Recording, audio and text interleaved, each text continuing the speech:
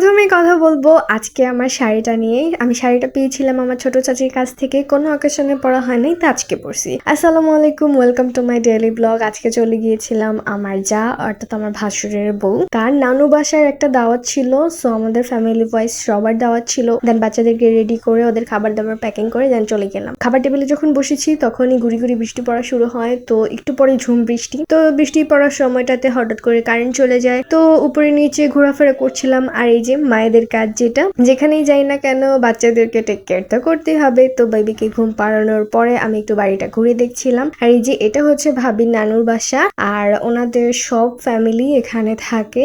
বৃষ্টির কারণে যেহেতু আমি বের হতে পারিনি, বিকালবেলা সন্ধ্যার ঠিক আগ মুহূর্তে কিছুটা ঘোরাফেরা করছিলাম, ছবি তুলছিলাম। আর এই যে এক কোনায় হচ্ছে একটা কাঁঠাল গাছ, যেটা দেখে আমার খুবই ভালো লাগছিল। বাবার বাসায় থাকাকালীন আমার প্রচুর পরিমাণে ঘোরাফেরা হয়, বলতে গেলে অনেকই হয়। তবে আমি যখন শ্বশুর বাসায় আসি তেমন একটা কোথাও যাওয়া হয় না রিজন ওয়াইজ। তো আজকের দিনটা তো অনেক মজার ছিল।